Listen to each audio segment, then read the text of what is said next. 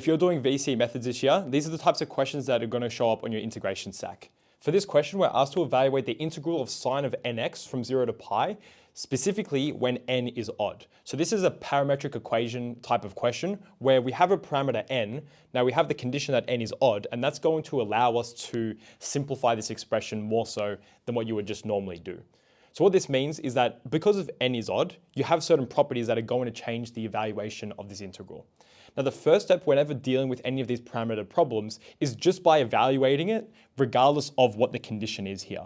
So what we can do is we can just evaluate an expression for the integral of sine of nx from 0 to pi, and then after that we'll incorporate the fact that n is odd, and we'll see how that actually simplifies things.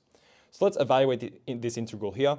We know the integrals of sine become negative cos. Now because we have that coefficient of n, we divide that n as well. So what this is going to be is negative 1 on n cos of nx as an indefinite integral. Now we just have the bounds 0 to pi, which is what we're going to substitute in and see how that simplifies things. Before we simplify this, I'm just going to cancel out this negative on the inside and then swap my bounds to become 0 at the top, pi at the bottom. So I can do that because swapping these bounds is the same as having a negative, so I can cancel them out. Now this is going to allow me to simplify this a lot easier. So we're going to have 1 over n cos of 0 minus 1 over n cos of n pi. Now cos over 0 is always going to be 1, so this simplifies to 1 on n minus 1 on n cos of n pi. Now this is just the expression of the integral of sine of nx from 0 to pi evaluated. Now we actually haven't incorporated the fact that n is odd yet. Now when n is odd, we're going to have certain characteristics for our cos function. We just need to imagine what's actually happening. And how I like to do this is actually just drawing up the unit circle and seeing where n pi actually lies when n is odd. So if we draw the unit circle, that looks something like this.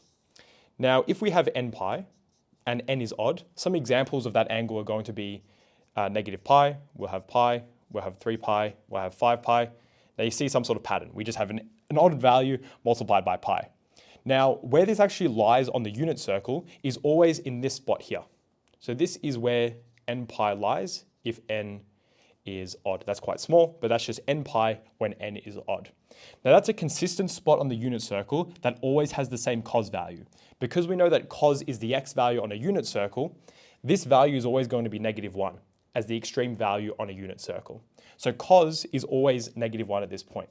So cos is equal to negative 1 at this point. So when n is odd, this value here is always going to be negative 1. So therefore, if we simplify this expression when n is odd, this becomes negative 1. So we end up getting 1 over n minus negative 1 over n, which becomes just 1 over n plus 1 over n, which is 2 over n simplified as our final answer.